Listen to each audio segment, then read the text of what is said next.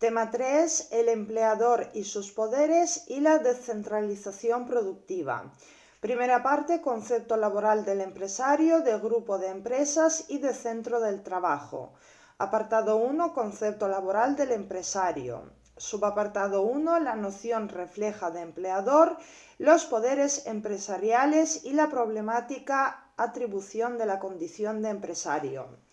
A efectos laborales, es empleador o empresario quien recibe la prestación de servicios de los trabajadores que voluntariamente los presten de forma retribuida por cuenta ajena y dentro del ámbito de organización y dirección de aquel empleador o empresario.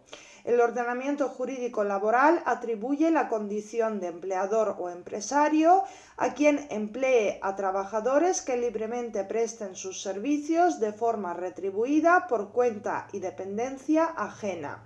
Quien reciba una prestación de servicios que reúna los presupuestos o rasgos citados será empleador o empresario con independencia de que lo sea o no lo sea a efectos mercantiles y económicos y de que tenga o no finalidad de lucro. Es importante subrayar los poderes de organización y dirección que caracterizan y son inherentes a aquella condición de empleador o empresario. Los fenómenos de los grupos de empresas y especialmente la descentralización productiva y la subcontratación empresarial dificultan el conocimiento y la determinación de quién es el empresario real de los trabajadores. Es este un problema que ha acompañado siempre al ordenamiento jurídico laboral y de ahí que acuñaron doctrinas como la del empresario aparente o la del levantamiento del velo de la personalidad jurídica de especial proyección en este sector del ordenamiento con vistas a proteger a los trabajadores. Pero la creciente descentralización productiva y la consiguiente subcontratación empresarial ha complicado más todavía el problema de la atribución de la condición de empresario o empleador. Subapartado 2. Personas físicas y jurídicas, las comunidades de bienes y otros empresarios laborales sin personalidad jurídica. La legislación laboral explicita que a efectos laborales son empresarios las personas físicas o jurídicas o comunidades de bienes que reciban una prestación de servicios con los rasgos de forma voluntaria, retribuido, dependiente y por cuenta ajena. El empleador puede ser tanto una persona física como una persona jurídica. Hay comunidad de bienes cuando la propiedad de una cosa o un derecho pertenece pro indiviso a varias personas. Ejemplos conocidos de comunidad de bienes son las comunidades de regantes y comunidades de vecinos. Lo que aquí importa resaltar de la comunidad de bienes es que no tiene personalidad jurídica en tanto que tal.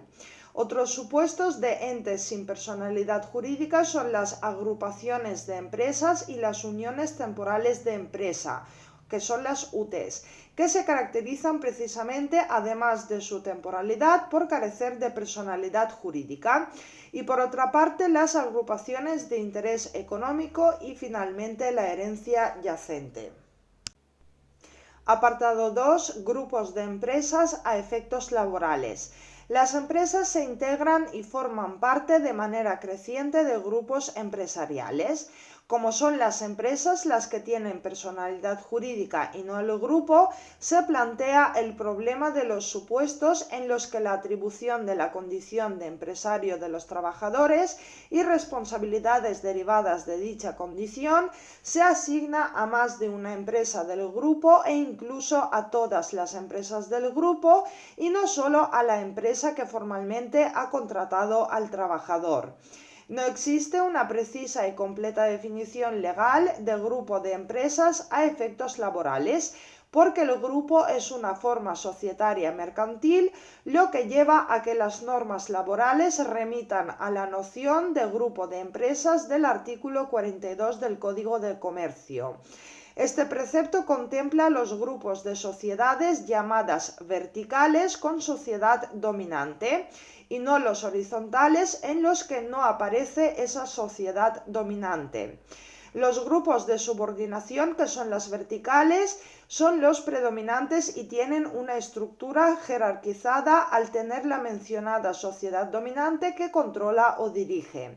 En los grupos de coordinación, que son las horizontales, la unidad de dirección se consigue por la vía del acuerdo. Existe un grupo cuando una sociedad ostente o pueda ostentar directa o indirectamente el control de otra u otras.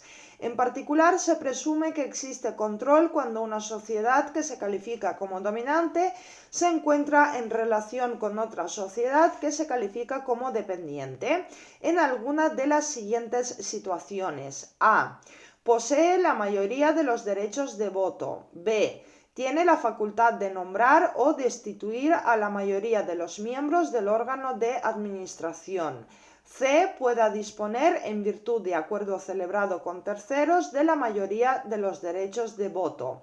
Y D. Haya designado con sus votos a la mayoría de los miembros del órgano de administración que desempeñen su cargo en el momento en el que deban formularse las cuentas consolidadas y durante los 2 ejercicios inmediatamente anteriores. Se presumirá dicha circunstancia cuando la mayoría de los miembros del órgano de administración de la sociedad dominada sean miembros del órgano de administración o altos directivos de la sociedad dominante. Este supuesto no dará lugar a la consolidación si la sociedad cuyos administradores han sido nombrados está vinculada a otra en alguno de los casos previstos en las 2 primeras letras. A los derechos de voto de la entidad dominante se añadirán los que posea a través de otras sociedades dependientes o a través de personas que actúen en su propio nombre, pero por cuenta de la entidad dominante o de otras dependientes o aquellos de los que disponga concertadamente con cualquier otra persona. La jurisprudencia laboral ha establecido los siguientes criterios para que la responsabilidad laboral se extienda más allá de la empresa que ha contratado al trabajador y se proyecte sobre otras o incluso todas las empresas del grupo. 1. No es suficiente con que las empresas formen parte del mismo grupo empresarial ni que compartan accionistas o administradores, que unas tengan acciones de las otras o la dirección unitaria de varias entidades empresariales, sin que se acompañe de un funcionamiento unitario de las organizaciones de trabajo de las empresas del grupo. 2. Para que se extienda la responsabilidad laboral a más de una empresa del grupo, tienen que concurrir elementos adicionales o un plus a la mera existencia de un grupo mercantil. 3. El funcionamiento unitario de las organizaciones de trabajo de las empresas del grupo, manifestado en la prestación laboral indiferenciada, simultánea o sucesiva para más de una empresa del grupo. Si ha existido tal prestación indiferenciada, las empresas que han recibido la prestación de servicios de ese trabajador no pueden pretender alegar con éxito que nada tienen que ver laboralmente con él. Se puede hablar de este elemento adicional como comunicación de plantillas. 4. Confusión patrimonial y la unidad de caja entre las empresas del grupo. Tampoco aquí poseen las empresas eludir su responsabilidad laboral frente a los trabajadores. 5. La creación de la empresa aparente y la utilización fraudulenta de la personalidad jurídica, que es la que consiste la aplicación de la doctrina del levantamiento del velo. Y 6. El uso abusivo, anormal de la dirección unitaria, con perjuicio para los derechos de los trabajadores, como ocurre en los supuestos de actuaciones en exclusivo beneficio del grupo o de la empresa dominante. Siguiendo la doctrina especializada, puede definirse el grupo de empresas como el integrado por el conjunto de sociedades que, conservando sus respectivas personalidades jurídicas, se encuentran subordinadas a una dirección económica unitaria. Así pues, el grupo de empresas se caracteriza por dos elementos. Uno, la independencia jurídica de sus miembros, tanto en el ámbito patrimonial, esto es que mantienen titularidad patrimonial, y en cuanto en el organizativo, o sea que se estructuran por sus propios órganos. Y dos, la dirección económica unitaria, cuya intensidad es variable en función del grado de centralización, pero que en todo caso ha de alcanzar a las decisiones financieras, bien sea en términos de control en grupos verticales, bien en los de absoluta paridad en los grupos horizontales. Apartado 3. Empresa y centro de trabajo. Los conceptos de empresa y de centro de trabajo no son coincidentes. Basta con señalar que una empresa puede tener varios centros de trabajo. La legislación laboral no proporciona una definición de empresa, pero sí define el centro de trabajo. A los efectos del Estatuto de Trabajadores se considera centro de trabajo la unidad productiva con organización específica que se da de alta como tal ante la autoridad laboral. La existencia de un centro de trabajo requiere que se trate de 1. Una unidad productiva, 2. Con una organización específica y 3. Que sea dada de alta como tal ante la autoridad laboral. Los requisitos relevantes y materiales son los dos primeros.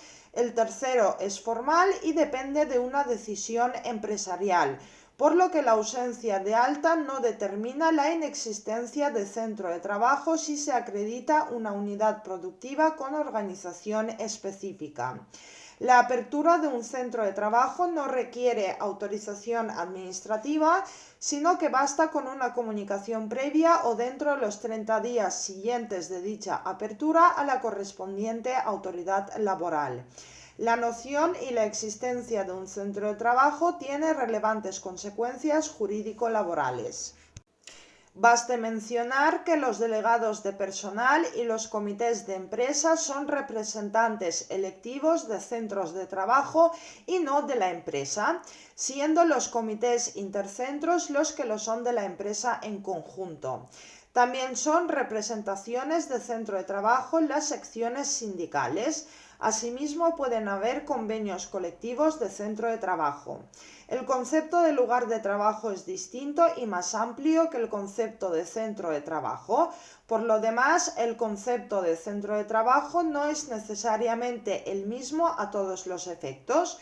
Por ejemplo, no es el mismo concepto de centro de trabajo del artículo 1.5 del Estatuto de Trabajadores que el de la legislación de prevención de riesgos laborales.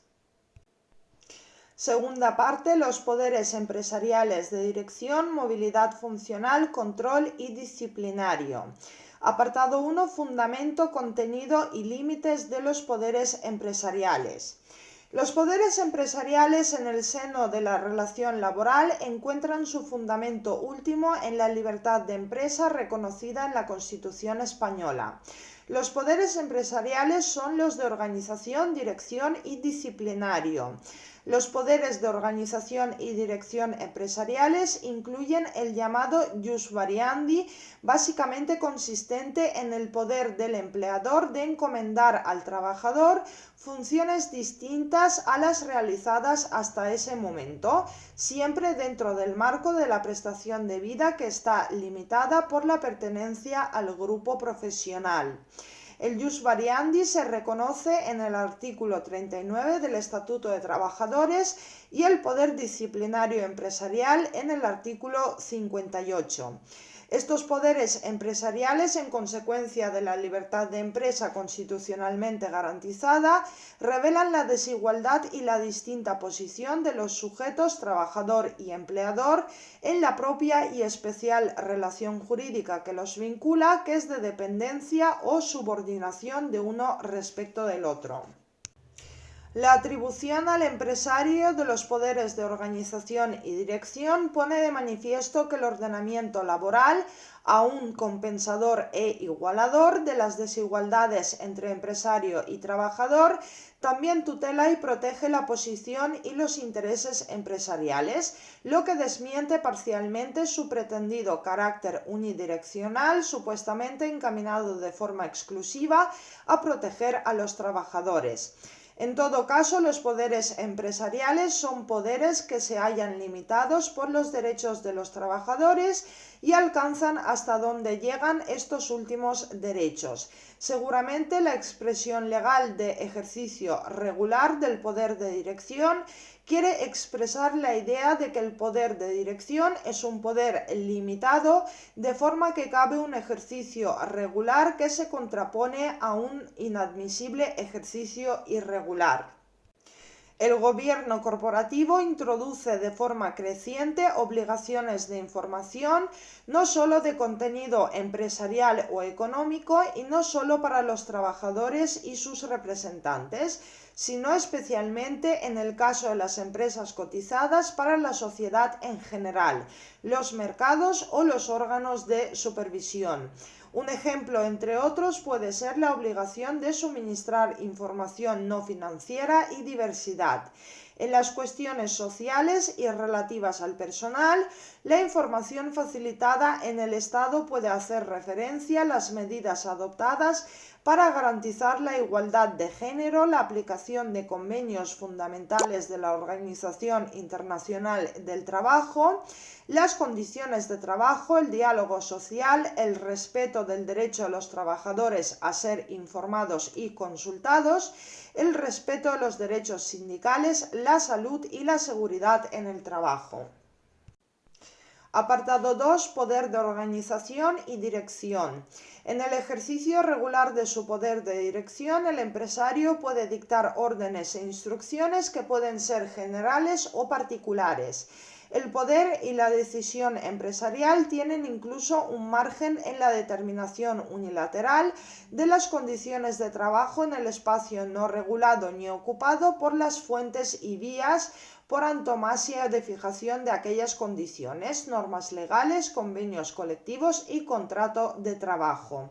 De interés es el Real Decreto Ley 21/2020 de medidas urgentes de prevención, contención y coordinación para hacer frente a la crisis sanitaria ocasionada por el COVID-19, que establece que el titular de la actividad económica, o en su caso el director de los centros y entidades, deberá adoptar las condiciones de trabajo, incluida la ordenación de los puestos de trabajo y la organización de los turnos, así como el uso de los lugares comunes, de forma que se garantice el mantenimiento de una distancia de seguridad interpersonal mínima de 1,5 metros entre los trabajadores.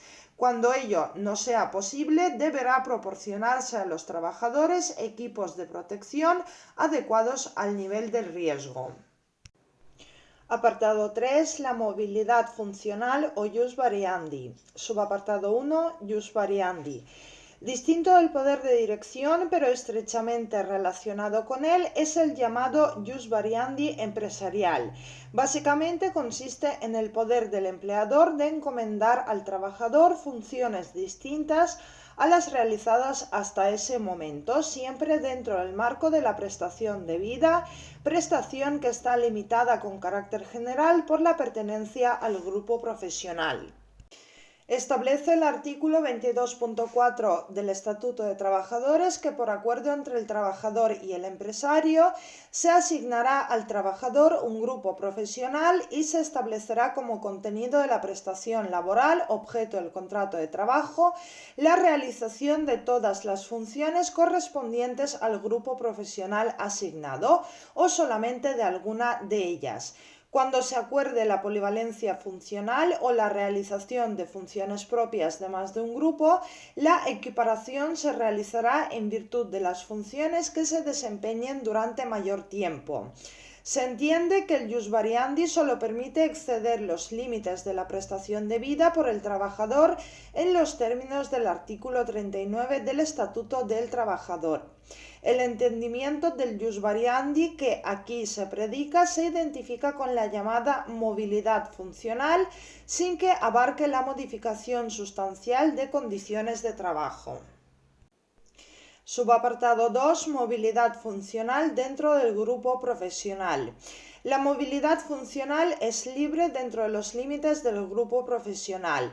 Hay que tener en cuenta, no obstante, los límites que pueden derivarse de las titulaciones académicas o profesionales precisas para ejercer la prestación laboral y que la movilidad funcional no puede menoscabar la dignidad del trabajador. El artículo 22.4 del Estatuto de Trabajadores establece que por acuerdo entre el trabajador y el empresario se asignará al trabajador un grupo profesional y se establecerá como contenido de la prestación laboral, objeto del contrato de trabajo, la realización de todas las funciones correspondientes al grupo profesional asignado o solamente de alguna de ellas. Cuando se acuerde la polivalencia funcional o la realización de funciones propias de más de un grupo, la equiparación se realizará en virtud de las funciones que se desempeñen durante mayor tiempo.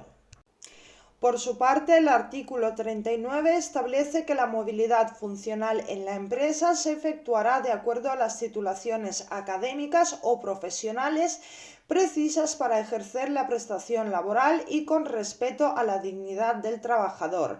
En consecuencia, siempre que se respeten las titulaciones académicas o profesionales y no se menoscabe la dignidad del trabajador, el empresario puede cambiar libremente de funciones a aquel, si las nuevas funciones atribuidas forman parte del mismo grupo profesional.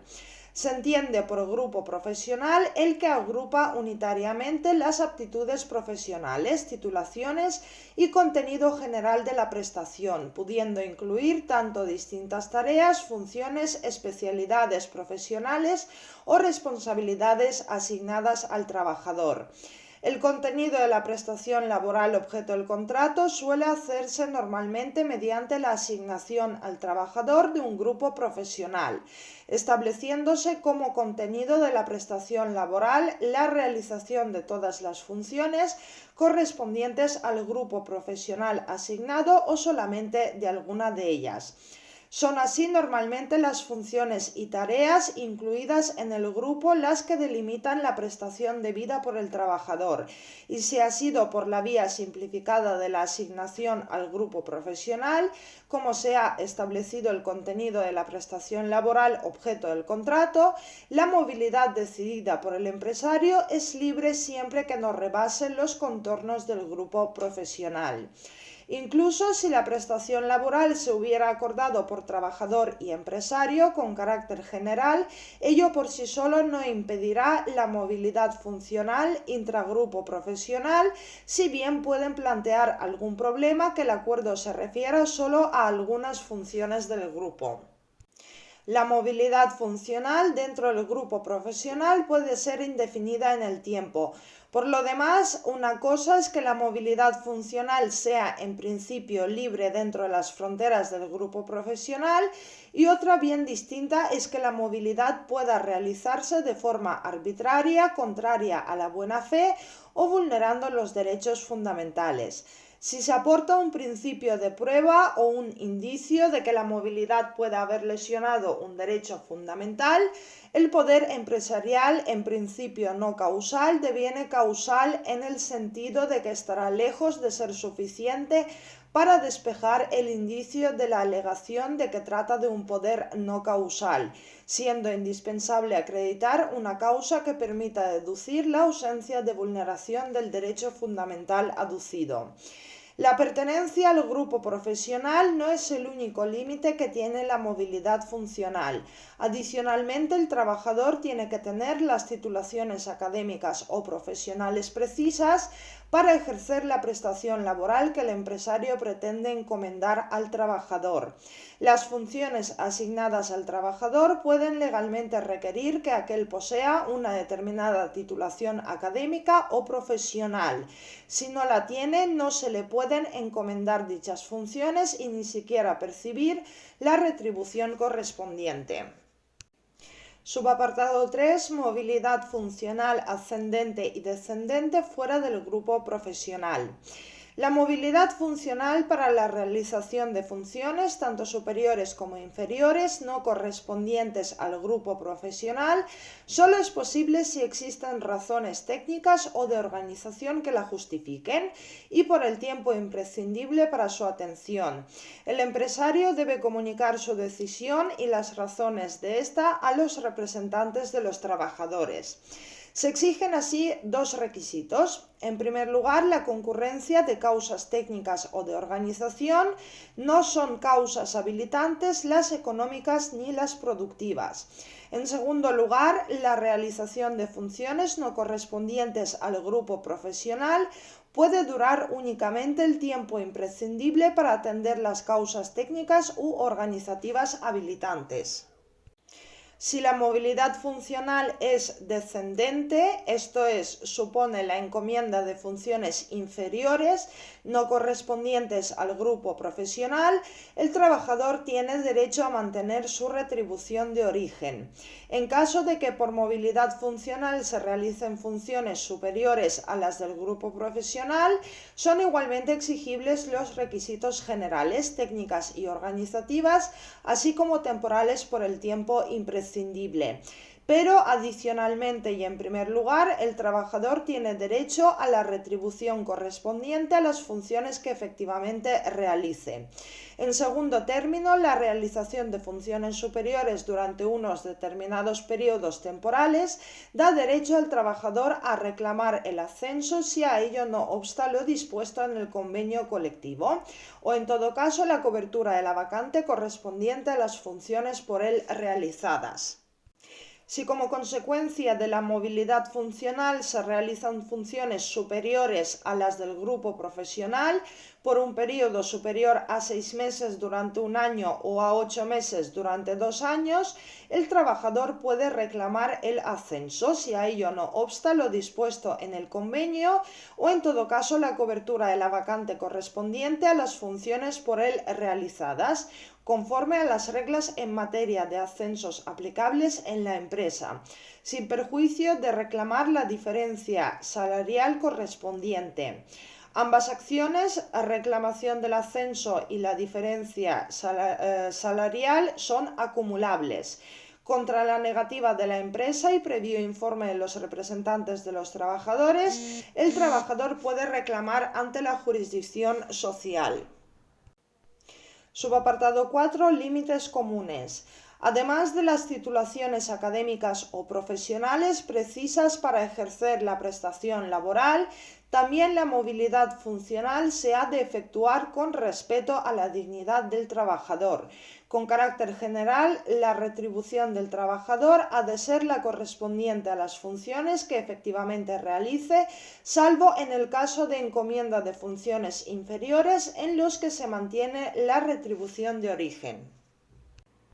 Apartado 4. El poder de control del empresario y el límite de los derechos fundamentales y digitales del trabajador. El empresario puede adoptar las medidas que estime más oportunas de vigilancia y control para verificar el cumplimiento por el trabajador de sus obligaciones y deberes laborales, guardando en su adopción y aplicación la consideración debida a su dignidad humana y teniendo en cuenta en su caso la capacidad real de los trabajadores con discapacidad. Sin embargo, el poder de control del empresario no puede lesionar derechos fundamentales, estando en juego los derechos a la intimidad, al secreto de las comunicaciones y a la protección de datos. Los problemas fundamentales se han planteado con la videovigilancia y con el control empresarial del uso de las herramientas informáticas y de los teléfonos que el empresario ponga a disposición del trabajador. El conflicto entre los derechos de los trabajadores y el derecho empresarial al control se resuelve con el criterio de necesidad, proporcionalidad y ponderación. Actualmente, el artículo 20.bis del Estatuto de Trabajadores establece que los trabajadores tienen derecho a la intimidad en el uso de los dispositivos digitales puestos a su disposición por el empleador, a la desconexión digital y a la intimidad frente al uso de dispositivos de videovigilancia y geolocalización, en los términos establecidos en la legislación vigente en materia de protección de datos personales y garantía de los derechos digitales. Por lo que se refiere a los derechos digitales de los trabajadores, el primero de ellos establece que los trabajadores tendrán derecho a la protección de su intimidad en el uso de los dispositivos digitales puestos a su disposición por su empleador. El empleador podrá acceder a los contenidos derivados del uso de medios digitales facilitados a los trabajadores, a los solos efectos de controlar el cumplimiento de las obligaciones laborales o estatutarias y garantizar la integridad de dichos dispositivos. Los empleadores deberán establecer criterios de utilización de los dispositivos digitales, respetando en todo caso los estándares mínimos de protección de su intimidad de acuerdo con los usos sociales y los derechos reconocidos constitucional y legalmente. El acceso por el empleador al contenido del dispositivo digital respecto del que haya admitido su uso con fines privados requerirá que se especifiquen de modo preciso los usos autorizados y se establezcan garantías para preservar la intimidad de los trabajadores, tales como la determinación de los periodos en que los dispositivos podrán utilizarse para fines privados. Los trabajadores deberán ser informados de los criterios de utilización a los que se ha hecho referencia. El segundo de los derechos digitales de los trabajadores es el derecho a la desconexión digital, a fin de garantizar, fuera del tiempo de trabajo legal o convencionalmente establecido, el respeto de su tiempo de descanso, permisos y vacaciones, así como de su intimidad personal y familiar. Las modalidades de ejercicio de este derecho atenderán a la naturaleza y objeto de la relación laboral, potenciarán el derecho a la conciliación de la actividad laboral y la vida personal y familiar y se sujetarán a lo establecido en la negociación colectiva o, en su defecto, a lo acordado entre la empresa y los representantes de los trabajadores. El empleador, previa audiencia de los representantes de los trabajadores, elaborará una política interna dirigida a los trabajadores, incluidos los que ocupen puestos directivos, en la que definirán las modalidades de ejercicio del derecho a la desconexión y las acciones de formación y de sensibilización del personal sobre el uso razonable de las herramientas tecnológicas que evite el riesgo de fatiga informática.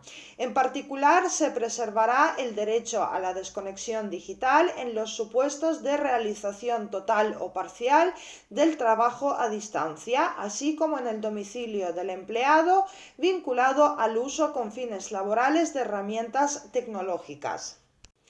El tercer derecho digital de los trabajadores es el derecho a la intimidad frente al uso de dispositivos de videovigilancia y de grabación de sonidos en el lugar del trabajo. Los empleadores podrán tratar las imágenes obtenidas a través de sistemas de cámaras y videocámaras para el ejercicio de las funciones de control de los trabajadores, siempre que estas funciones se ejerzan dentro de su marco legal y con los límites inherentes al mismo. Los empleadores habrán de informar con carácter previo y de forma expresa, clara y concisa a los trabajadores o empleados públicos y, en su caso, a sus representantes acerca de esta medida. En el supuesto de que se haya captado la comisión flagrante de un acto ilícito por los trabajadores, se entenderá cumplido el deber de informar. En ningún caso se admitirá la instalación de sistemas de grabación de sonidos ni de videovigilancia en lugares destinados al descanso o esparcimiento de los trabajadores, tales como vestuarios, aseos, comedores y análogos. La utilización de sistemas similares a los referidos en los apartados anteriores para la grabación de sonidos en el lugar del trabajo se admitirá únicamente cuando resulten relevantes los riesgos para la seguridad de las instalaciones, bienes y personas derivados de la actividad que se desarrolle en el centro de trabajo y siempre respetando el principio de proporcionalidad, el de intervención mínima y las garantías establecidas en las previsiones anteriores. Los empleadores podrán tratar los datos obtenidos a través de sistemas de geolocalización para el ejercicio de las funciones de control de los trabajadores, siempre que estas funciones se ejerzan dentro de su marco legal y con los límites inherentes al mismo. Con carácter previo, los empleadores habrán de informar de forma expresa, clara e inequívoca a los trabajadores y, en su caso, a sus representantes acerca de la existencia y características de estos dispositivos. Igualmente deberán informarles acerca del posible ejercicio de los derechos de acceso, rectificación, limitación del tratamiento y supresión. Los convenios colectivos podrán establecer garantías adicionales de los derechos y libertades relacionados con el tratamiento de los datos personales de los trabajadores y la salvaguarda de derechos digitales en el ámbito laboral. Por lo demás, el empresario puede realizar registros sobre la persona del trabajador en sus taquillas y efectos particulares, pero solo cuando sean necesarios para la protección del patrimonio empresarial y del de los demás trabajadores de la empresa dentro del centro de trabajo y en horas laborales. En su realización ha de respetarse al máximo la dignidad e intimidad del trabajador y se ha de contar con la asistencia de un representante legal de los trabajadores o, en su ausencia, de otro trabajador de la empresa, siempre que ello fuera posible. La negativa del trabajador a acceder al registro puede ser causa de despido procedente. De forma más específica, se permite que el empresario verifique el estado de salud del trabajador que sea alegado por éste para justificar sus faltas de asistencia al trabajo mediante reconocimiento a cargo de personal médico. La negativa del trabajador a dichos reconocimientos puede determinar la suspensión de los derechos económicos que pudieran existir a cargo del empresario por dichas situaciones. La negativa del trabajador no puede tener otra consecuencia que la indicada. Apartado 5. Poder disciplinario. Subapartado 1. Configuración general. La sanción de los incumplimientos laborales de acuerdo con la graduación de las faltas y sanciones de los convenios colectivos. Los trabajadores pueden ser sancionados por la dirección de las empresas en virtud del incumplimiento laboral, de acuerdo con la graduación de faltas y sanciones que se establezcan en las disposiciones legales o en el convenio colectivo que sea aplicable.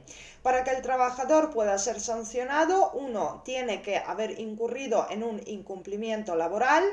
2. Dicho incumplimiento tiene que estar previamente contemplado como falta en las disposiciones legales o en el convenio colectivo.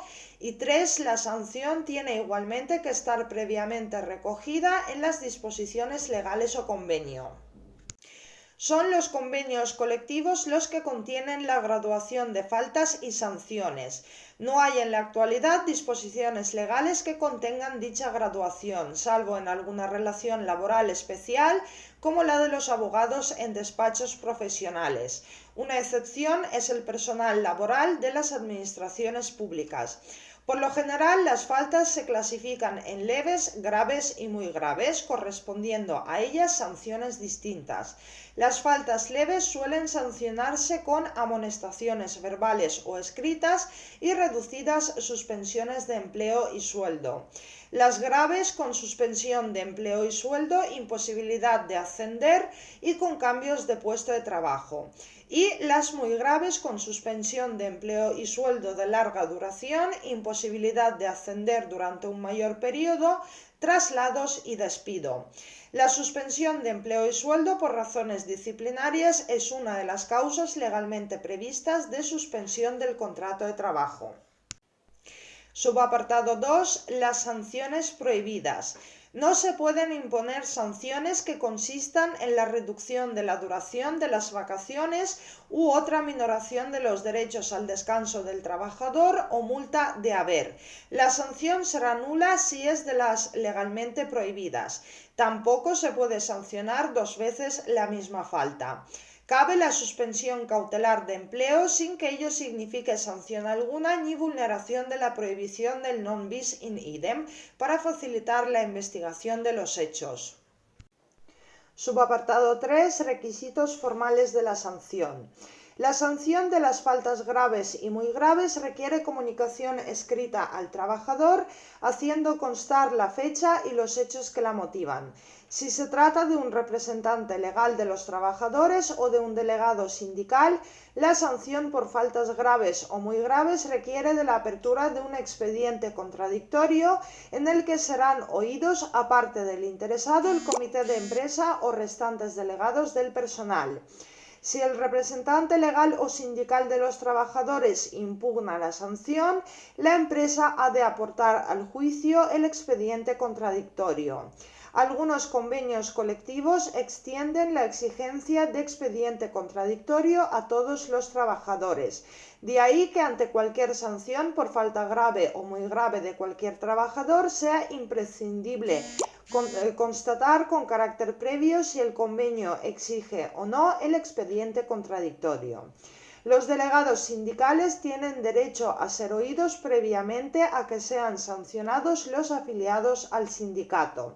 Los representantes de los trabajadores tienen derecho a ser informados de todas las sanciones impuestas por faltas muy graves. Si se impugna judicialmente la sanción, esta será declarada nula si se ha impuesto sin observar los requisitos formales establecidos legal o convencionalmente.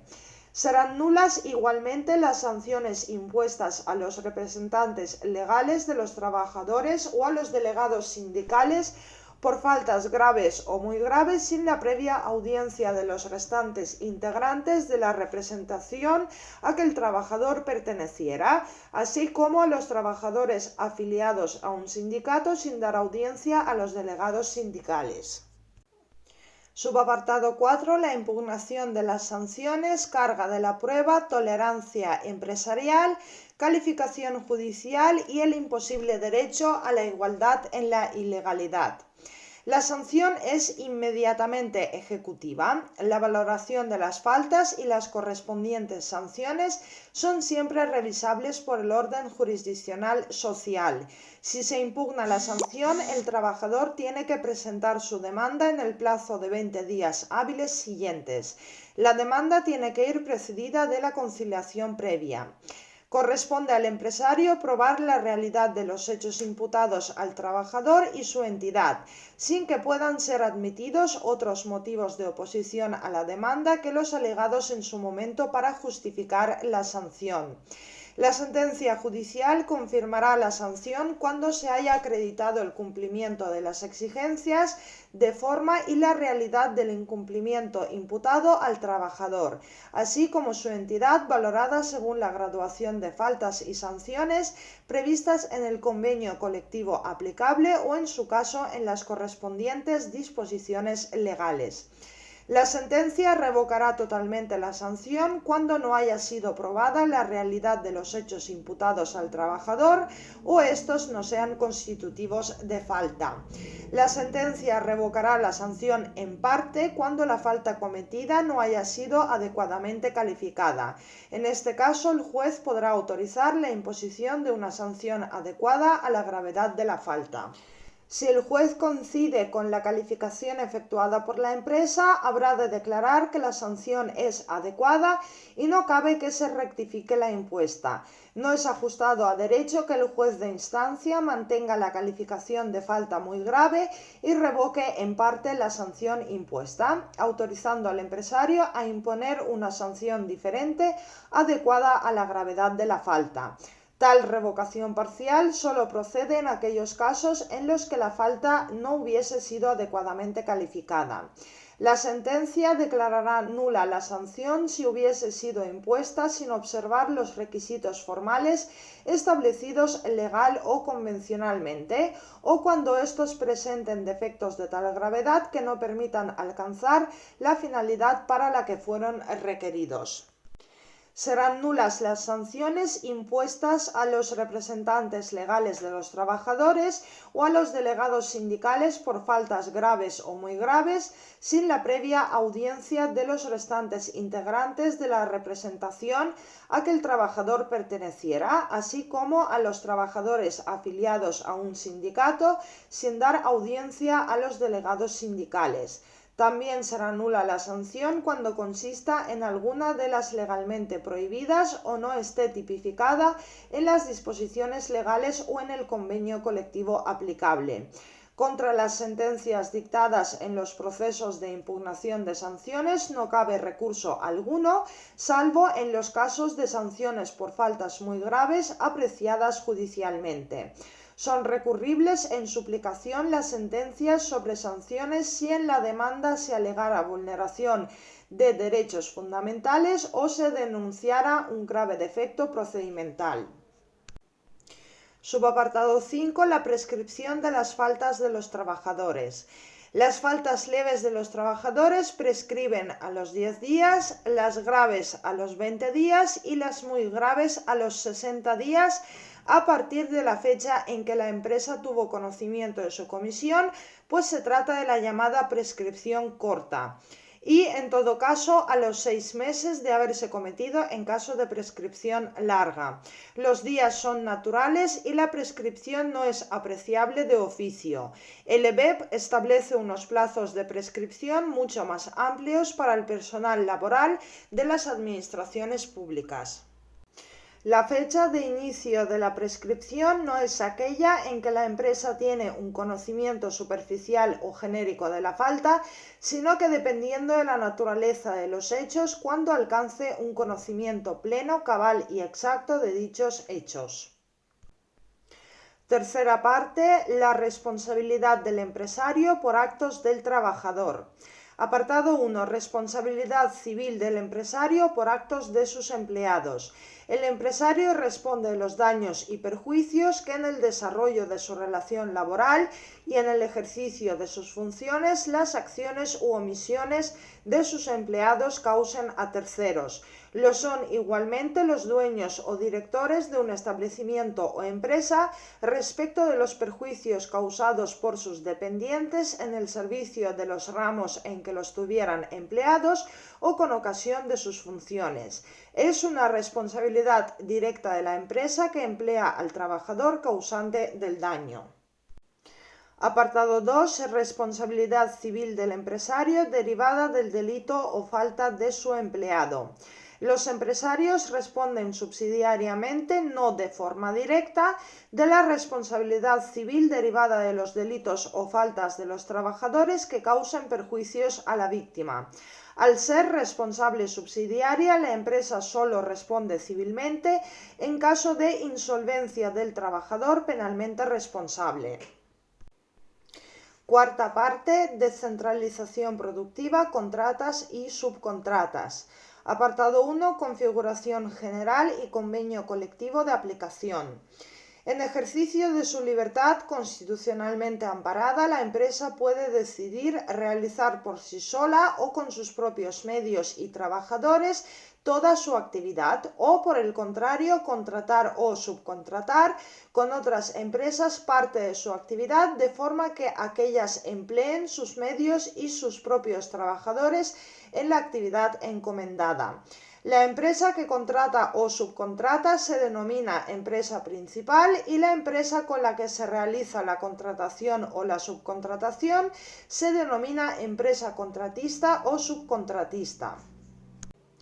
La licitación, realización de una subcontratación empresarial desencadena obligaciones de información y comprobación, así como responsabilidades solidarias y subsidiarias en materia salarial, de seguridad social y de prevención de riesgos laborales. Las mayores obligaciones y responsabilidades se establecen en la contratación o subcontratación de la llamada propia actividad de la empresa. No existe responsabilidad por los actos del contratista cuando la actividad contratada se refiera exclusivamente a la construcción o reparación que pueda contratar un cabeza de familia respecto de su vivienda, así como cuando el propietario de la obra o industria no contrate su realización por razón de una actividad empresarial. Al ser lícita la subcontratación empresarial de obras o servicios y ser ilícita la cesión ilegal de trabajadores, esta última trata de revestirse y de aparentar ser una lícita contrata o subcontrata. Es clave delimitar bien lo que es una legal y genuina subcontratación de lo que no, sino una mera apariencia de contrata. Para que exista una legal y genuina subcontratación, será esencial que la empresa contratista sea una empresa válidamente constituida, con infraestructura propia y que ponga en juego sus medios y organización en esa concreta contrata, ejerciendo en la práctica el poder de dirección, control y organización sobre sus trabajadores y asumiendo los riesgos y responsabilidades de su condición empresarial sin que sea la empresa principal la que haga todo o parte de lo anterior. La subcontratación en el sector de la construcción cuenta con una legislación específica que es la Ley 32/2006.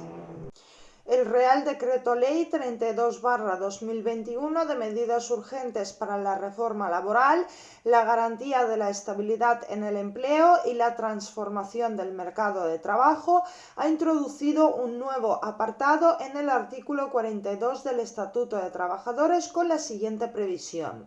El convenio colectivo de aplicación para las empresas contratistas y subcontratistas será el del sector de la actividad desarrollada en la contrata o subcontrata, con independencia de su objeto social o forma jurídica, salvo que exista otro convenio sectorial aplicable conforme a lo dispuesto en el título tercero.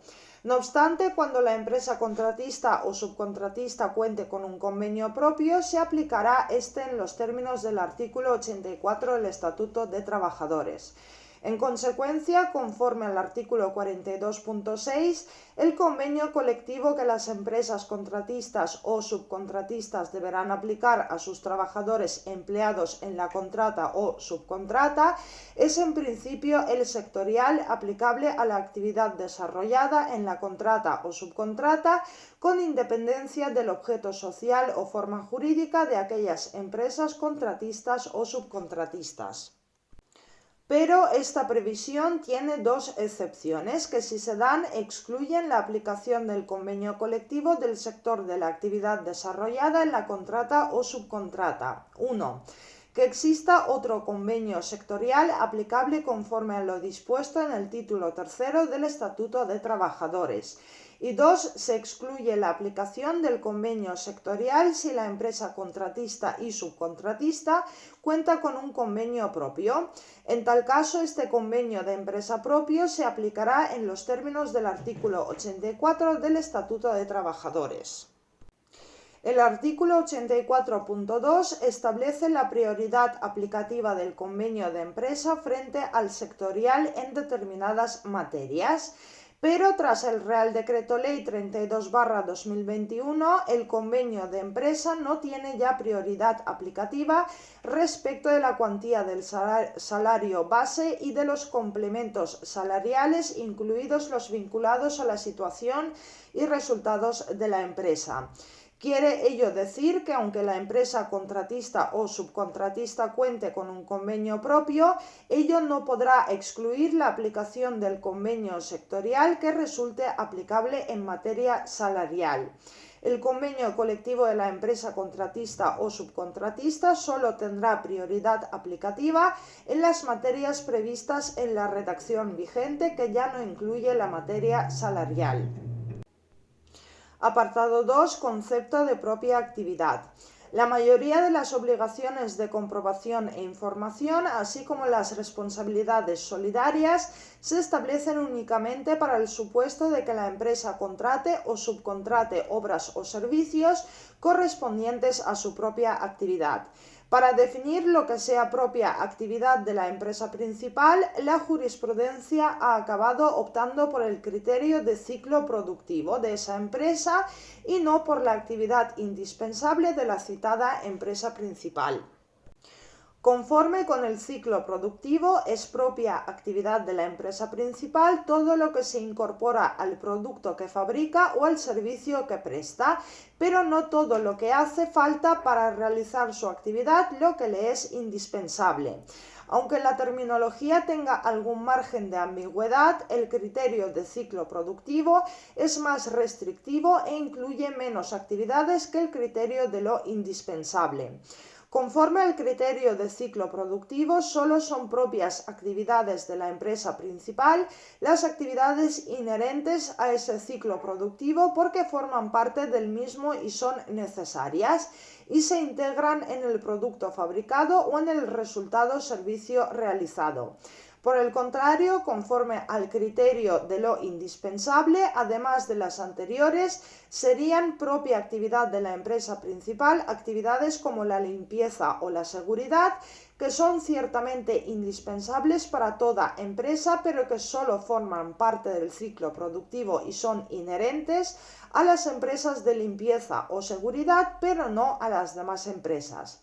La clave radica en la incorporación y aprovechamiento del trabajo de los empleados del contratista en el producto o resultado final del empresario principal, o, si se prefiere, la participación de los empleados de la contratista en la producción o resultado de la actividad de la empresa principal.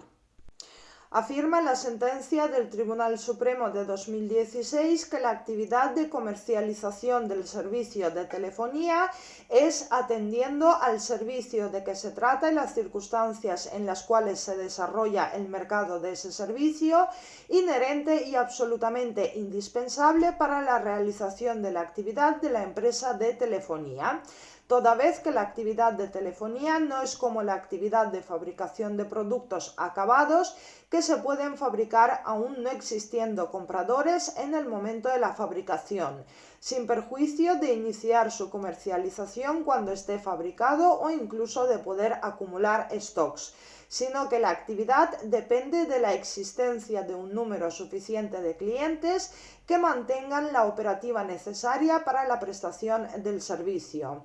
Los empleados de las contratistas actúan en nombre de la principal, fidelizan al público como clientes de la principal, entran en el sistema operativo de la principal, actúan en nombre de la principal, etc., por lo que no cabe duda de que se trata de actividad inherente al ciclo productivo de una empresa de telefonía que suministra servicios a clientes finales. Apartado 3. Las obligaciones de comprobación en materia de seguridad social. Los empresarios principales que contraten o subcontraten con otros la realización de obras o servicios correspondientes a su propia actividad deben comprobar que dichos contratistas están al corriente en el pago de las cuotas de la seguridad social. A tal efecto, han de recabar por escrito, con identificación de la empresa afectada, certificación negativa por descubiertos en la Tesorería General de la Seguridad Social, que deberá librar inexcusablemente dicha certificación en el término de 30 días improrrogables. Transcurrido ese plazo, queda exonerado de responsabilidad el empresario solicitante. Los empresarios que contraten o subcontraten con otros la realización de obras o servicios correspondientes a la propia actividad de aquellos o que se presten de forma continuada en sus centros de trabajo, deben comprobar con carácter previo al inicio de la prestación de la actividad contratada o subcontratada la afiliación y alta en la seguridad social de cada uno de los trabajadores que estos ocupen en los mismos durante el periodo de ejecución de la contrata o subcontrata. Este deber de comprobación establecido no será exigible cuando la actividad contratada se refiera exclusivamente a la construcción o reparación que pueda contratar un cabeza de familia respecto de su vivienda, así como cuando el propietario de la obra o industria no contrate su realización por razón de una actividad empresarial. Es infracción grave no comprobar por los empresarios que contraten o subcontraten con otros la realización de obras o servicios correspondientes a la propia actividad de aquellos o que se presten de forma continuada en sus centros de trabajo, con carácter previo al inicio de la prestación de la actividad contratada o subcontratada, la afiliación o alta en la seguridad social de cada uno de los trabajadores, considerándose una infracción por cada uno de los trabajadores afectados. La Ley 13/2012 de lucha contra el empleo irregular y el fraude a la seguridad social establece que el Gobierno establecerá reglamentariamente un procedimiento de consulta telemática en el ámbito del sistema de remisión electrónica de datos para facilitar a los empresarios principales la información correspondiente al cumplimiento de las obligaciones de seguridad social de los contratistas y subcontratistas. Apartado 4. Las responsabilidades salariales de seguridad social y de prevención de riesgos laborales. Subapartado 1. La responsabilidad solidaria en materia salarial. En caso de contratación o subcontratación de la propia actividad, la empresa principal responde solidariamente de las obligaciones de naturaleza salarial contraídas por los contratistas y subcontratistas con sus trabajadores durante el periodo de vigencia de la contrata. Según el artículo 42.2 del Estatuto de Trabajadores, la responsabilidad solidaria de la empresa principal se puede exigir durante el año siguiente a la terminación del encargo. La sentencia del Tribunal Supremo 978/2017 declara que esta disposición legal regula no solo el alcance de la obligación de pago del empresario principal, sino también el plazo para reclamar el pago y el dies a quo para el cómputo de plazo prescriptivo de su deber. Por contra, la prescripción del deber de pago de salarios del contratista se regula por el artículo 59 del Estatuto de Trabajadores, diferente regulación que impide estimar que la reclamación efectuada a un deudor interrumpa el curso de la prescripción de las responsabilidades del otro. Como señala la jurisprudencia, el artículo 42.2 del Estatuto de Trabajadores, al establecer la responsabilidad solidaria del empresario principal por las obligaciones de naturaleza salarial contraídas por los subcontratistas con sus trabajadores, solo puede interpretarse en el sentido de entender que en la modalidad de descentralización productiva en que consiste la contratación o subcontratación del todo o parte de una misma obra, lo que realmente se patentiza es la existencia de una realidad fáctica que es la obra en sí misma considerada en la que concurren varias empresas con un interés compartido y común y en el que las unas actúan como auxiliares de las otras en cadena descendente, pero bajo el control económico y técnico prevalente del dueño de la misma o en su caso del contratista principal. En estos términos, lo que el precepto quiere evitar es que quien se halla mejor situado en esa cadena de contratación, que es quien controla realmente su ejecución y quien en definitiva asume en mayor medida los beneficios económicos de la actividad que realizan otros en todo o en parte, quede inmune ante las posibles deudas de estos últimos frente a sus trabajadores ante su posible situación de insolvencia, por lo que deviene razonable que desde el legislador que no le niega los beneficios, le exija también responder de las posibles deudas salariales o de seguridad social que puedan haber generado aquellos subcontratistas situados en el final de la cadena.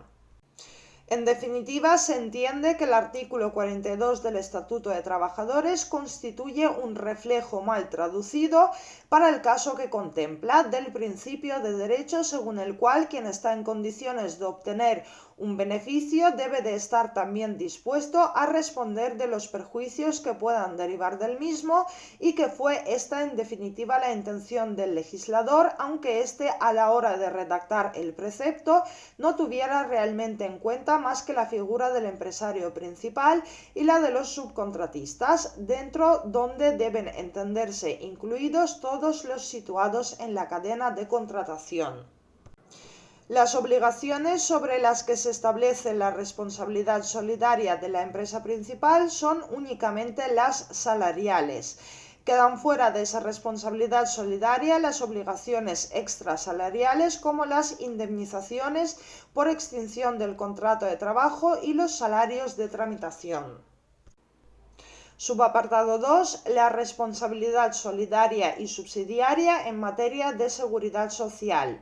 En caso de contratación o subcontratación de la propia actividad, la empresa principal responde solidariamente de las obligaciones referidas a la seguridad social contraídas por los contratistas y subcontratistas con sus trabajadores durante el periodo de vigencia del contrato.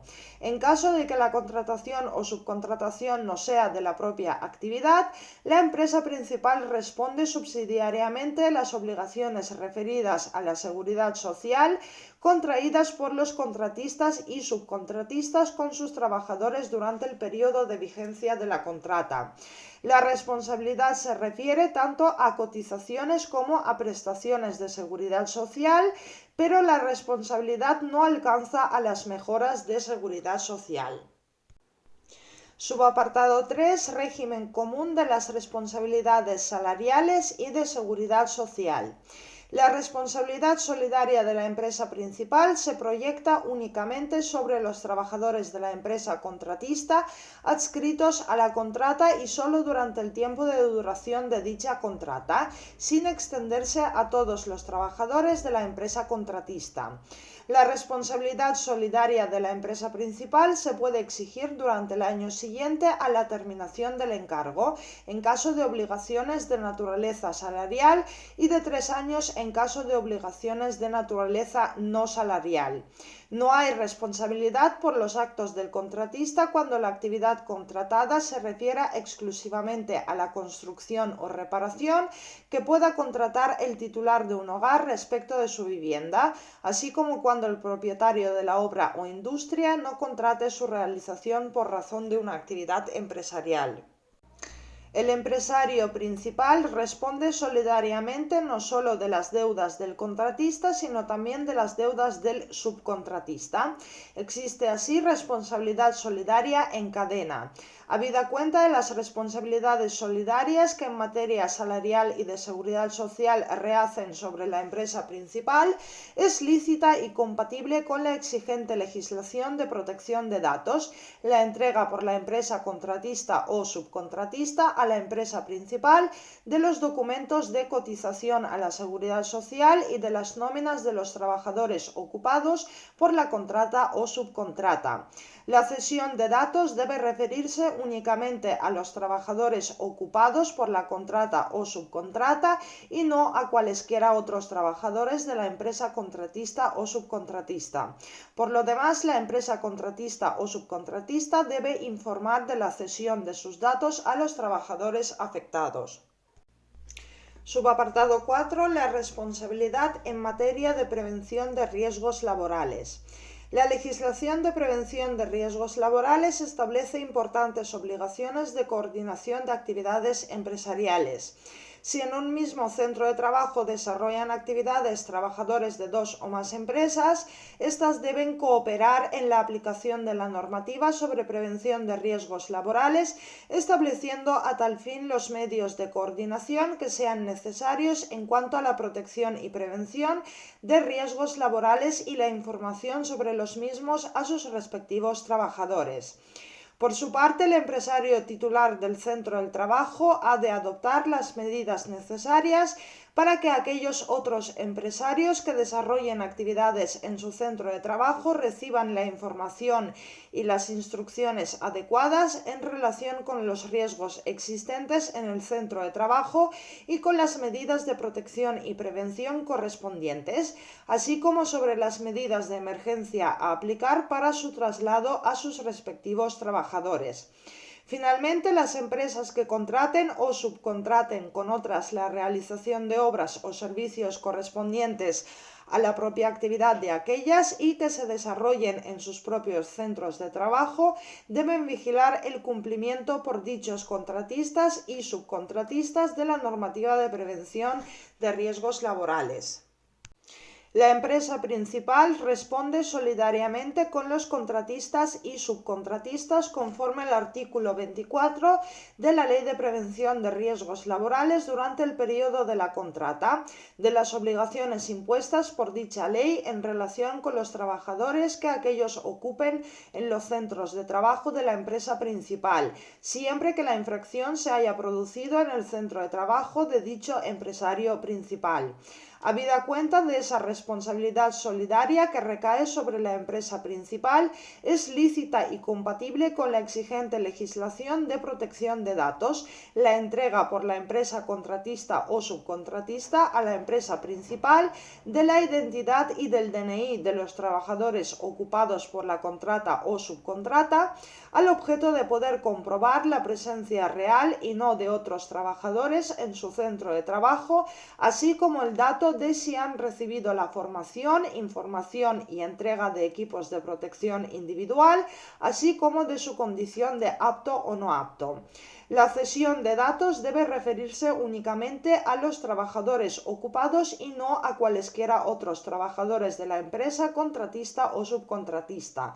Por lo demás, dicha empresa debe informar de la cesión de sus datos a los trabajadores afectados.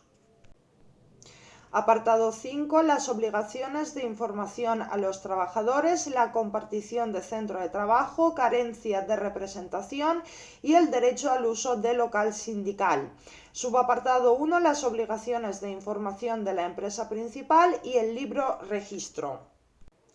Cuando la empresa concierte un contrato de prestación de obras o servicios con una empresa contratista o subcontratista, debe informar a los representantes legales de sus trabajadores sobre los siguientes extremos. A.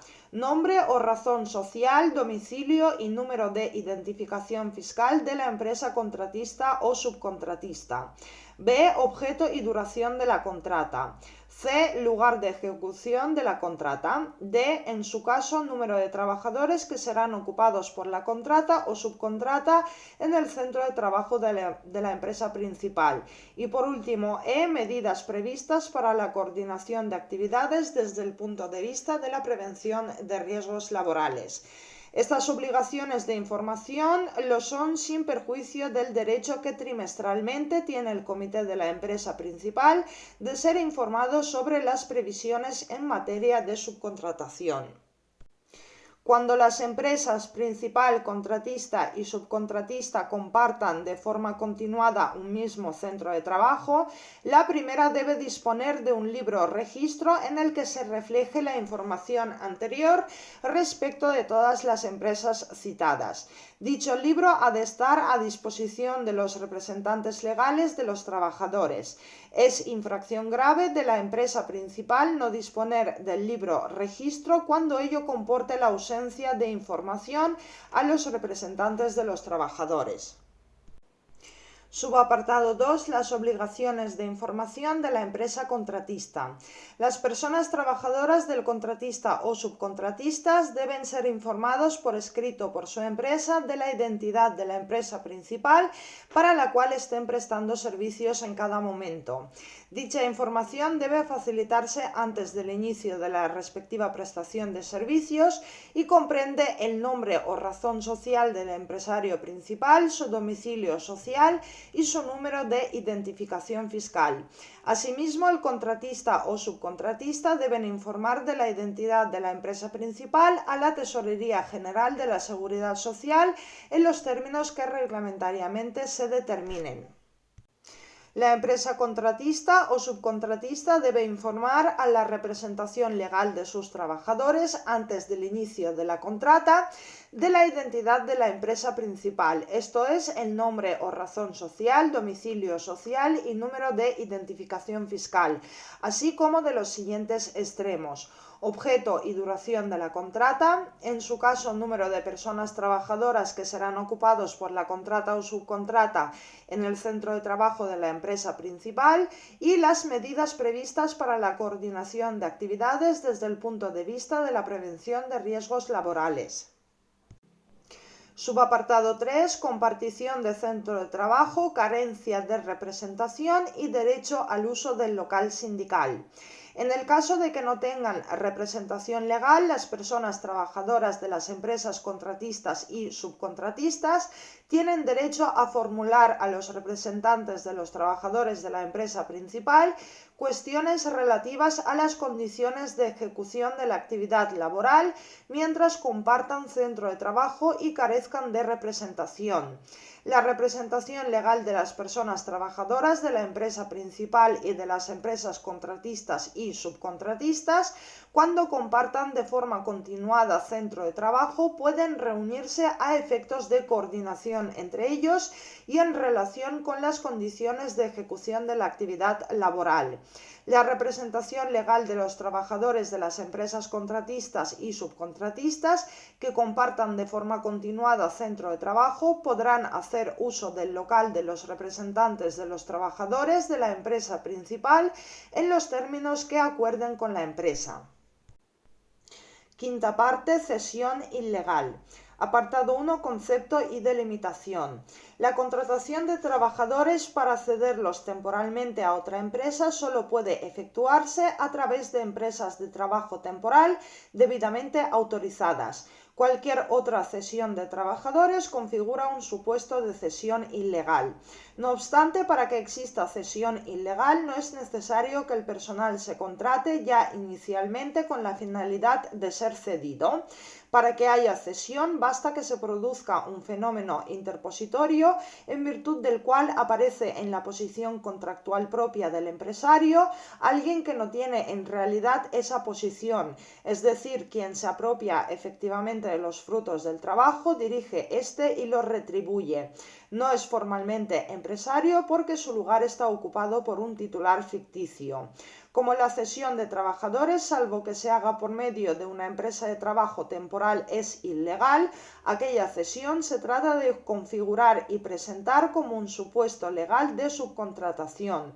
Los esfuerzos de la jurisprudencia se han tenido que encaminar a delimitar lo que es una contrata o subcontrata legal de lo que es una cesión ilegal. Apartado 2. Las circunstancias que hacen ilegal la cesión.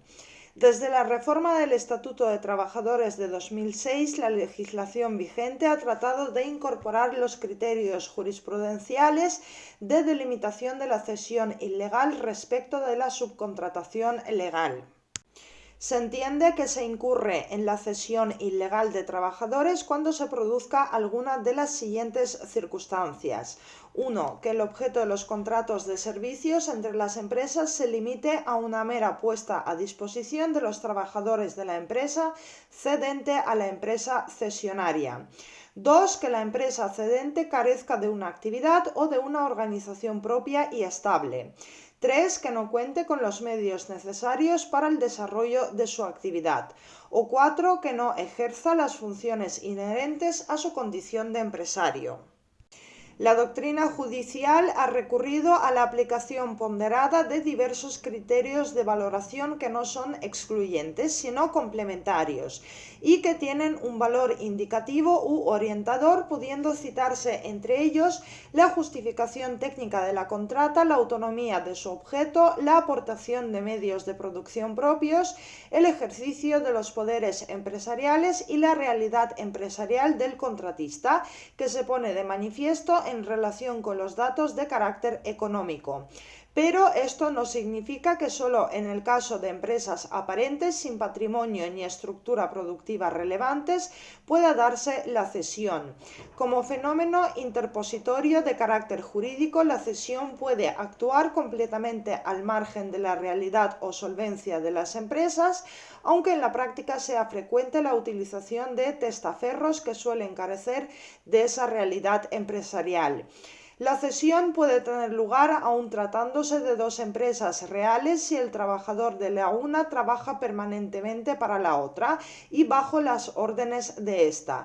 Y aunque se ha acreditado que la empresa que facilita personal a otra tiene una actividad y una organización propias, lo relevante a efectos de la cesión consiste en que esa organización no se ha puesto en juego, limitándose su actividad al suministro de la mano de obra o fuerza de trabajo a la empresa arrendataria.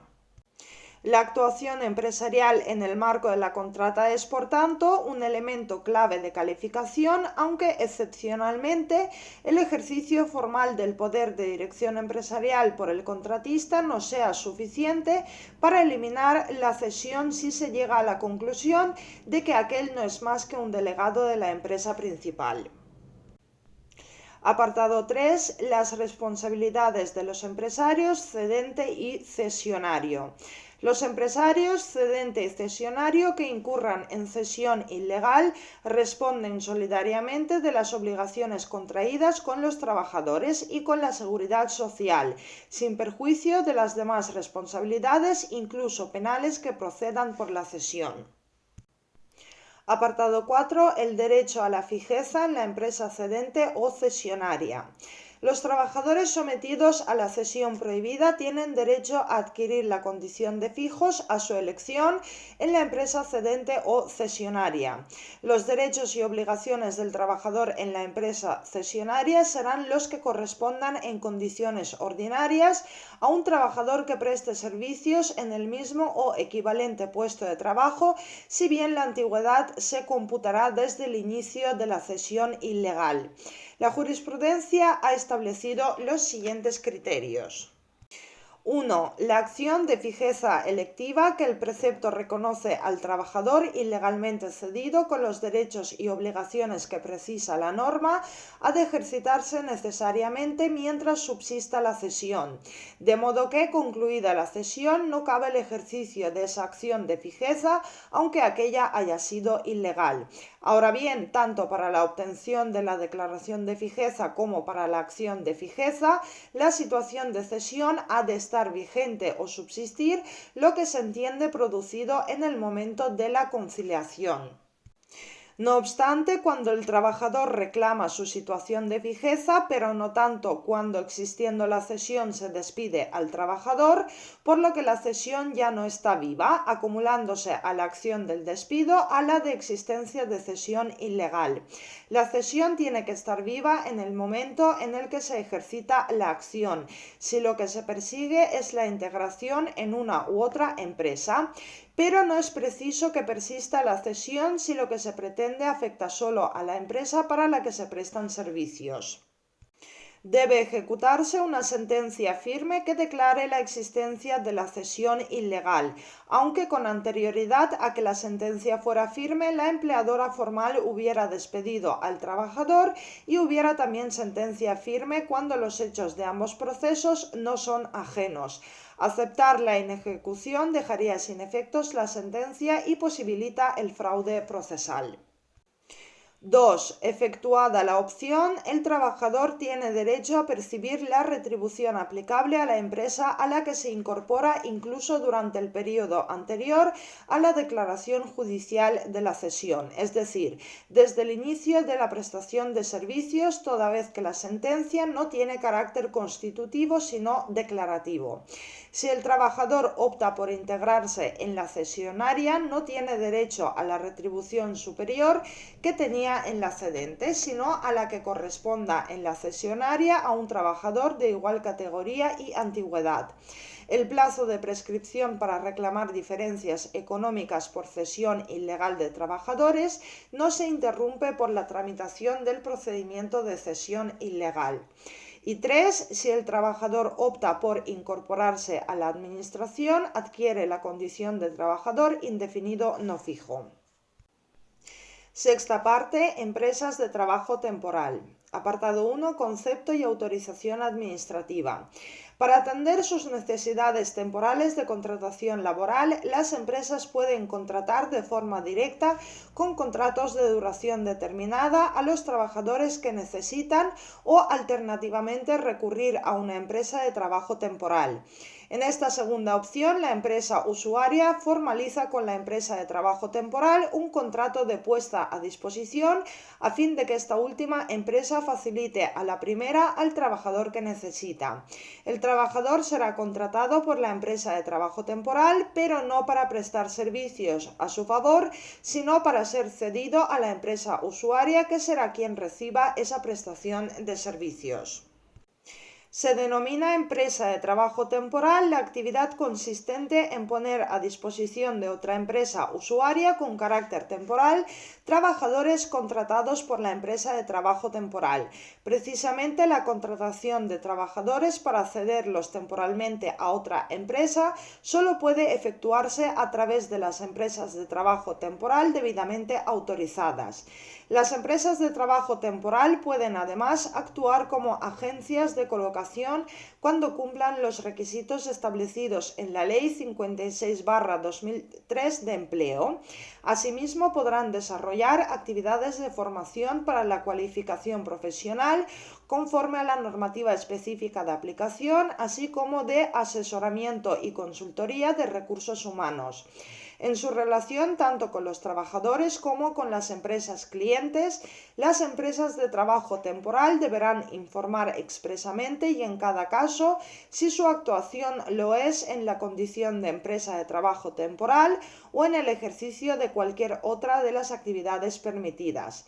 Las empresas de trabajo temporal tienen que obtener una autorización administrativa previa, constituir una garantía financiera, inscribirse en el registro de empresas de trabajo temporal e informar a la autoridad laboral, entre otros extremos, de los contratos de puesta a disposición celebrados. Apartado 2. El contrato de puesta a disposición. El contrato de puesta a disposición es el celebrado entre la empresa de trabajo temporal y la empresa usuaria y tiene por objeto la cesión del trabajador por parte de la empresa de trabajo temporal para prestar servicios en la empresa usuaria, a cuyo poder de dirección queda sometido el empleado. A subrayar que el trabajador contratado por la empresa de trabajo temporal queda sometido al poder de dirección de la empresa usuaria.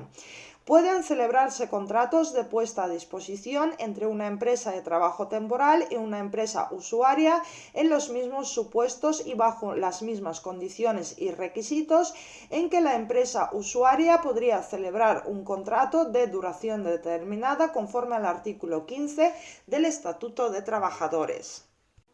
Asimismo, podrán celebrarse contratos de puesta a disposición entre una empresa de trabajo temporal y una empresa usuaria en los mismos supuestos y bajo las mismas condiciones y requisitos en que la empresa usuaria podría celebrar un contrato de trabajo en prácticas o un contrato para la formación y el aprendizaje conforme al artículo 11 del Estatuto de Trabajadores. Si a la finalización del plazo de puesta a disposición el trabajador continuara prestando servicios a la empresa usuaria, se le considerará vinculado a la misma por un contrato indefinido. En el supuesto de trabajadores contratados para la formación y el aprendizaje y puestos a disposición de empresas usuarias, estas empresas tienen derecho a una reducción en la cuota empresarial a la seguridad social de 1.500 euros al año durante 3 años y en caso de mujeres a 1.800 euros al año. Es nula la cláusula del contrato de puesta a disposición que prohíba la contratación del trabajador por la empresa usuaria a la finalización del contrato de puesta a disposición. Las empresas no pueden celebrar contratos de puesta a disposición en los siguientes supuestos. A. Para sustituir a trabajadores en huelga en la empresa usuaria. B. Para la realización de trabajos u ocupaciones especialmente peligrosas para la seguridad y la salud en el trabajo. C. Cuando en los 12 meses inmediatamente anteriores a la contratación la empresa haya amortizado los puestos de trabajo que se pretendan cubrir por despido improcedente o por las causas previstas en los artículos del 50 al 52 del Estatuto de Trabajadores, excepto en los supuestos de fuerza mayor. Y D. Para ceder trabajadores a otras empresas de trabajo temporal. La empresa usuaria debe informar a los representantes de los trabajadores sobre cada contrato de puesta a disposición y motivo de utilización, dentro de los 10 días siguientes a la celebración. En el mismo plazo debe entregarles una copia básica del contrato de trabajo o de la orden de servicio, en su caso, del trabajador puesto a disposición que le debe haber facilitado la empresa de trabajo temporal. En todo lo no previsto en la Ley de Empresas de Trabajo Temporal se aplicará la legislación laboral y de seguridad social a las relaciones existentes entre la empresa de trabajo temporal y el trabajador y entre éste y la empresa usuaria, y la legislación civil y mercantil a las relaciones entre la empresa de trabajo temporal y la empresa usuaria. Son competentes los órganos jurisdiccionales del orden social de las cuestiones litigiosas entre los empresarios y los trabajadores como consecuencia del contrato de puesta a disposición. Apartado 3. La relación laboral con la empresa de trabajo temporal. Subapartado 1. Contrato de trabajo y modalidades contractuales. El contrato de trabajo celebrado entre la empresa de trabajo temporal y el trabajador para prestar servicios en empresas usuarias puede concertarse por tiempo indefinido o por duración determinada coincidente con la del contrato de puesta a disposición. Dichos contratos se deben formalizar por escrito de acuerdo a lo establecido para cada modalidad. Asimismo, la empresa de trabajo temporal deberá comunicar su contenido a la Oficina Pública de Empleo en el plazo de 10 días siguientes a su celebración. Las empresas de trabajo temporal podrán celebrar contratos de trabajo en prácticas y contratos para la formación y el aprendizaje con los trabajadores contratados para ser puestos a disposición de las empresas usuarias de acuerdo con lo previsto en la normativa reguladora de dichos contratos. En tal caso, la empresa de trabajo temporal será la responsable de las obligaciones relativas a los aspectos formativos del contrato para la formación y el aprendizaje establecidos en el Real Decreto 1529/2012, pudiendo impartir la formación inherente al contrato en la propia empresa de trabajo temporal, siempre que cumpla con los requisitos del citado Real Decreto. En los supuestos de contratos para la formación y el aprendizaje celebrados por empresas de trabajo temporal, en el contrato de puesta a disposición entre la empresa de trabajo temporal y la empresa usuaria se designa a la persona de la empresa usuaria que se encargará de tutelar el desarrollo de la actividad laboral del trabajador y que actuará como interlocutora con la empresa de trabajo temporal a estos efectos, debiendo asumir esta última el resto de obligaciones relativas a las tutorías vinculadas al contrato y el acuerdo para la actividad. La empresa de trabajo temporal puede celebrar también con el trabajador un contrato de trabajo para la cobertura de varios contratos de puesta a disposición sucesivos con empresas usuarias diferentes. siempre que con tales contratos de puesta a disposición estén plenamente determinados en el momento de la firma del contrato de trabajo y respondan en todos los casos a un supuesto de contratación eventual de los contemplados en el artículo 15 del Estatuto de Trabajadores, debiendo formalizarse en el contrato de trabajo cada puesta a disposición con los mismos requisitos previstos en el artículo 10 de la Ley de Empresas Temporales de Trabajo y en sus normas de desarrollo.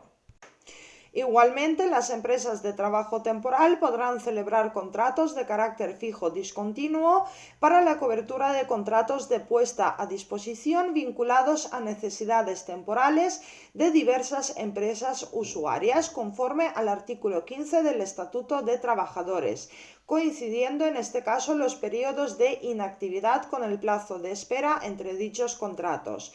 En este supuesto, las referencias efectuadas en el artículo 16 del Estatuto de Trabajadores a la negociación colectiva se entenderán efectuadas a los convenios colectivos sectoriales o de empresa de trabajo temporal. Estos convenios podrán asimismo fijar una garantía de empleo para las personas contratadas bajo esta modalidad. Subapartado 2. Derechos de los trabajadores. Los trabajadores contratados para ser cedidos a empresas usuarias tienen el derecho durante los periodos de prestación de servicios en dichas empresas a la aplicación de las condiciones esenciales de trabajo y empleo que les corresponden de haber sido contratados directamente por la empresa usuaria para ocupar el mismo puesto. A estos efectos se consideran condiciones esenciales de trabajo y empleo las referidas a la remuneración, la duración de la jornada, las horas extraordinarias, los periodos de descanso, el trabajo nocturno, las vacaciones y los días festivos. La remuneración comprenderá todas las retribuciones económicas fijas o variables establecidas para el puesto de trabajo a desarrollar en el convenio colectivo aplicable a la empresa usuaria que estén vinculadas a dicho puesto de trabajo. Debe incluir, en todo caso, la parte proporcional correspondiente al descanso semanal, las pagas extraordinarias, los festivos y las vacaciones. Es responsabilidad de la empresa usuaria la cuantificación de las percepciones finales del trabajador y, a tal efecto, dicha empresa usuaria debe consignar las retribuciones a las que se refiere este párrafo en el contrato de puesta a disposición del trabajador. Asimismo, los trabajadores contratados para ser cedidos tienen derecho a que se les apliquen las mismas disposiciones que a los trabajadores de la empresa usuaria en materia de protección de las mujeres embarazadas y en periodo de lactancia y de los menores, así como a la igualdad de trato entre hombres y mujeres y a la aplicación de las mismas disposiciones adoptadas con vistas a combatir las discriminaciones basadas en el sexo, la raza o el origen étnico, la religión o las creencias, la discapacidad, la edad, la orientación e identidad sexual, la expresión de género o las características sexuales. Los trabajadores puestos a disposición tienen derecho a que se les apliquen las medidas contenidas en el plan de igualdad de la empresa usuaria. Desde la perspectiva de la equiparación retributiva con las personas trabajadoras de la empresa usuaria, reconoce el derecho a la paga de beneficios establecida por acuerdo colectivo en el seno de la usuaria y a la mejora de la misma establecida con carácter general y lineal para la plantilla de esta. Cuando el contrato se haya concertado por tiempo determinado y en los mismos supuestos del artículo 49.1 letra C del Estatuto de Trabajadores, el trabajador tiene derecho además a recibir una indemnización económica a la finalización del contrato de puesta a disposición equivalente a la parte proporcional de la cantidad que resulta de abonar 12 días de salario por cada año de servicio o la establecida en su caso en la normativa específica. La indemnización puede ser prorrateada durante la vigencia del contrato. Subapartado 3. Obligaciones de la empresa de trabajo temporal. Corresponde a la empresa de trabajo temporal el cumplimiento de las obligaciones salariales y de seguridad social en relación con los trabajadores contratados para ser puestos a disposición de la empresa usuaria. Las empresas de trabajo temporal estarán obligadas a destinar anualmente el 1% de la masa salarial a la formación de los trabajadores contratados para ser cedidos a empresas usuarias, sin perjuicio de la obligación legal de cotizar por formación profesional. Es infracción grave incumplir dicha obligación. La empresa de trabajo temporal debe asegurarse de que el trabajador, previamente a su puesta a disposición de la empresa usuaria, posee la formación teórica y práctica en materia de prevención de riesgos laborales necesaria para el puesto de trabajo a desempeñar, teniendo en cuenta su cualificación y experiencia profesional y los riesgos a los que vaya a estar expuesto. En caso contrario, la empresa de trabajo temporal debe facilitar dicha formación al trabajador con medios propios o concertados y durante el tiempo necesario que forma parte de la duración del contrato de puesta a disposición, pero será en todo caso previo a la prestación efectiva de los servicios. A tal efecto, la celebración de un contrato de puesta a disposición solo será posible para la cobertura de un puesto de trabajo respecto del que se haya realizado previamente la preceptiva evaluación de riesgos laborales. Las empresas de trabajo temporal que celebren contratos para la formación y el aprendizaje con trabajadores contratados para ser puestos a disposición de las empresas usuarias deberán cumplir las obligaciones en materia formativa. Es nula toda cláusula del contrato de trabajo que obligue al trabajador a pagar a la empresa de trabajo temporal cualquier cantidad a título de gasto de selección, formación o contratación. Es infracción grave cobrar al trabajador por estos conceptos. En ausencia de órganos de representación legal de los trabajadores, están legitimados para negociar los convenios colectivos que afecten a las empresas de trabajo temporal los sindicatos más representativos, entendiéndose válidamente constituida la representación de los trabajadores en la comisión negociadora cuando de ella formen parte tales sindicatos. Apartado 4. La relación del trabajador con la empresa usuaria. Subapartado 1. Dirección y control de la actividad laboral. Cuando los trabajadores desarrollen tareas en el ámbito de la empresa usuaria, las facultades de dirección y control de la actividad laboral son ejercidas por dicha empresa usuaria durante el tiempo de prestación de servicios en su ámbito. En tales supuestos, cuando una empresa usuaria considere que por parte del trabajador se hubiere producido un incumplimiento contractual, lo ha de poner en conocimiento de la empresa de trabajo temporal a fin de que por ésta se adopten las medidas sancionadoras correspondientes. Subapartado 2. Obligaciones de la empresa usuaria. Con carácter previo al inicio de la prestación de servicios, la empresa usuaria debe informar al trabajador sobre los riesgos derivados de su puesto de trabajo, así como las medidas de protección y prevención contra los mismos. La empresa usuaria es responsable de la protección en materia de seguridad y salud en el trabajo, así como del recargo de prestaciones de seguridad social en caso de accidente de trabajo o enfermedad profesional que tenga lugar en su centro de trabajo durante la vigencia del contrato de puesta a disposición y traigan su causa de falta de medidas de seguridad y salud. La empresa usuaria responde subsidiariamente las obligaciones salariales y de seguridad social contraídas con el trabajador durante la vigencia del contrato de puesta a disposición, así como de la indemnización económica derivada de la extinción del contrato de trabajo. Dicha responsabilidad será solidaria en el caso de que el referido contrato se haya realizado incumpliendo lo dispuesto en los artículos 6 y 8 de la Ley de Empresas de Trabajo Temporal. Subapartado 3. Derechos de los trabajadores en la empresa usuaria. Los trabajadores puestos a disposición tienen derecho a presentar a través de los representantes de los trabajadores de la empresa usuaria reclamaciones en relación con las condiciones de ejecución de su actividad laboral. Los representantes de trabajadores de la empresa usuaria tienen atribuida la representación de los trabajadores en misión mientras ésta dure a efectos de formular cualquier reclamación en relación con las condiciones de ejecución de la actividad laboral, en todo aquello que atañe a la prestación de sus servicios en esta, sin que ello pueda suponer una ampliación del crédito de horas mensuales retribuidas a que tengan derecho dichos representantes. No es de aplicación a las reclamaciones del trabajador respecto de la empresa de trabajo temporal de la cual depende. Igualmente, los trabajadores puestos a disposición tienen derecho a la utilización de los servicios de transporte, de comedor, de guardería y de otros servicios comunes e instalaciones colectivas de la empresa usuaria durante el plazo de duración del contrato de puesta a disposición en las mismas condiciones que los trabajadores contratados directamente por la empresa usuaria.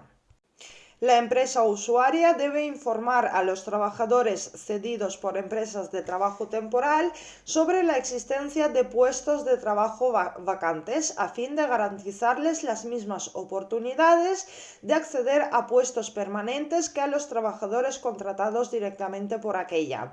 Dicha información puede facilitarse mediante un anuncio público en un lugar adecuado de la empresa o centro de trabajo o mediante otros medios previstos en la negociación colectiva que aseguren la transmisión de la información.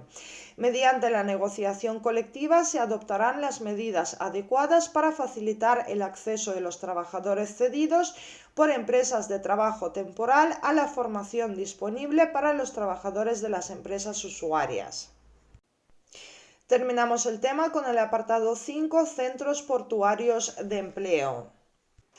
El Real Decreto Ley 9/2019, por el que se modifica la Ley de Empresas de Trabajo Temporal para su adaptación a la actividad de la estiba portuaria y se concluye la adaptación legal del régimen de los trabajadores para la prestación del servicio portuario de manipulación de mercancías, ha añadido un nuevo capítulo quinto, que son los artículos del 18 al 21, a la Ley de Empresas de Trabajo Temporal, dedicado a los centros portuarios de empleo. Estos centros operan como empresas de trabajo temporal específicas del sector de la estiba portuaria, con las particularidades previstas precisamente en el nuevo capítulo 5. El artículo 18 de la Ley de Empresas de Trabajo Temporal se dedica a los centros portuarios de empleo. El artículo 19 a los contratos de puesta a disposición de trabajadores portuarios. El artículo 20 a las relaciones laborales de los centros portuarios de empleo. Y el artículo 21 a la relación del trabajador portuario con las empresas usuarias. A las empresas de trabajo temporal que realizan la actividad de puesta a disposición de personal de estiba portuaria les son de aplicación las normas previstas para los centros portuarios de empleo en el artículo 18.3 letra B y 7 de la Ley de Empresas de Trabajo Temporal.